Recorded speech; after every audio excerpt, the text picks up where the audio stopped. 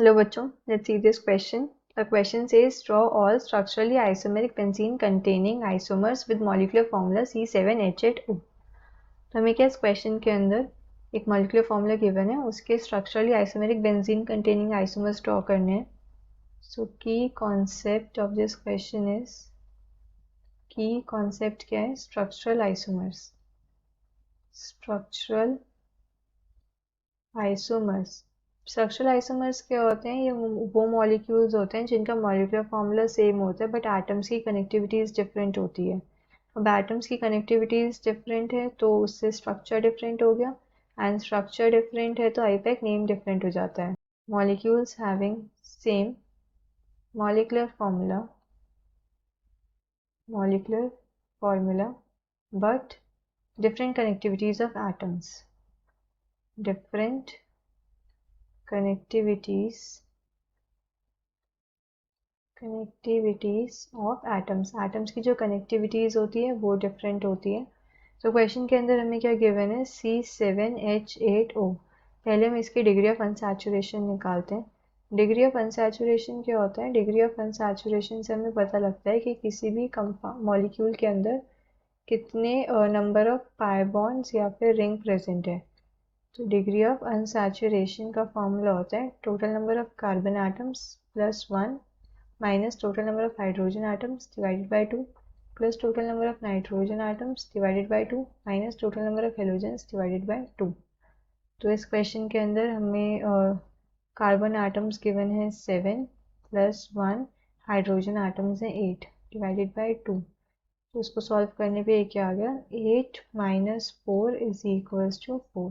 Degree of unsaturation 4 आया है तो इसको हम ऐसे भी बोल सकते हैं. हमें बेंजीन वाले स्ट्रक्चर्स ड्रॉ करने हैं तो 4 मीन्स एक रिंग है एंड 3 डबल बॉन्ड है. 1 ring plus 3 double bond means benzene हो सकता है हमारा. तो C7H8O.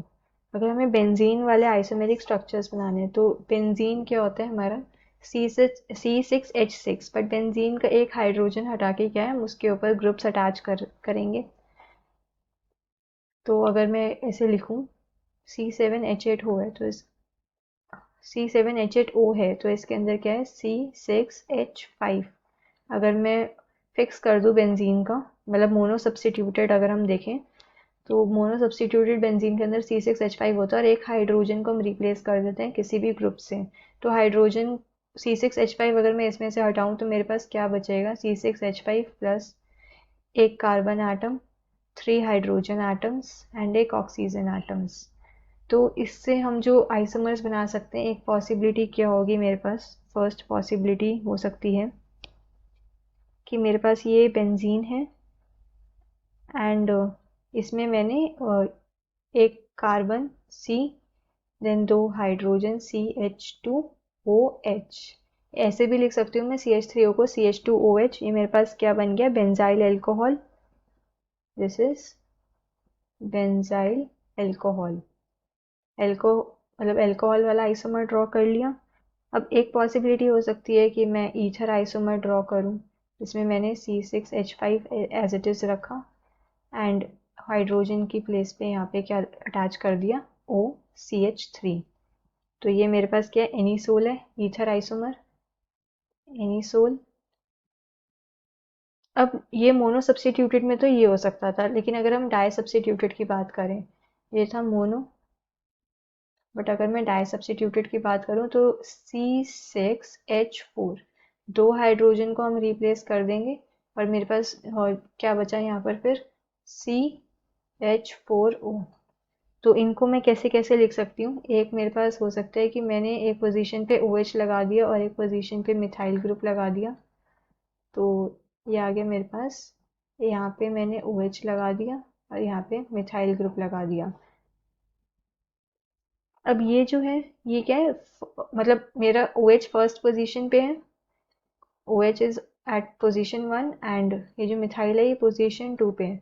तो एक पॉसिबिलिटी हो सकती है कि मैं इस मिथाइल ग्रुप को क्या थर्ड पोजीशन पे शिफ्ट कर दूं, एंड एक पॉसिबिलिटी और हो सकती है कि मैं इसे फोर्थ पोजीशन पे शिफ्ट कर दूं. तो मेरे पास एक और आएगा.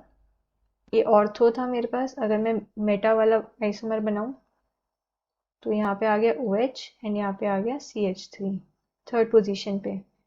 और अब मैं पैरा वाला अगर बनाऊँ, पैरा आइसोमर, तो उसके अंदर फर्स्ट पोजीशन पे OH एंड फोर्थ पोजीशन पे CH3। तो मेरे पास क्या है, ये 3 पॉसिबल थे डाई सब्सटीट्यूटेड के अंदर, मोनो सब्सटीट्यूटेड के अंदर ये 2 पॉसिबल थे, तो टोटल क्या 5 आइसोमर्स पॉसिबल थे।